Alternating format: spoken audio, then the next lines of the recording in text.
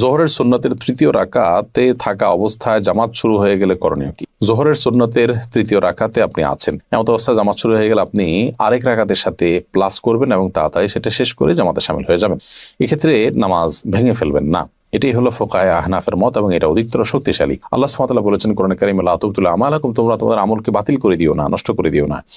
যদিও হাম্বলী মাযহাবের উলামায়ে কেরাম অনেকেই বলেন যে এরকম পরিস্থিতিতে আপনি নামাজ ছেড়ে দিয়ে জামাতে শামিল হবেন, কারণ নবী করিম সাল্লাল্লাহু আলাইহি ওয়াসাল্লাম বলেছেন, ইযা উকিমাতিস সালাতু ফালা সালাতা ইল্লাল মাকতুবা, যখন ফরজ নামাজের একামত হয়, একামত হলে তখন ফরজ নামাজ ছাড়া আর কোন নামাজ পড়া জায়েজ নয়, যার কারণে আপনি সেটা ছেড়ে দিবেন, এরকম মত তারা দিয়ে থাকেন।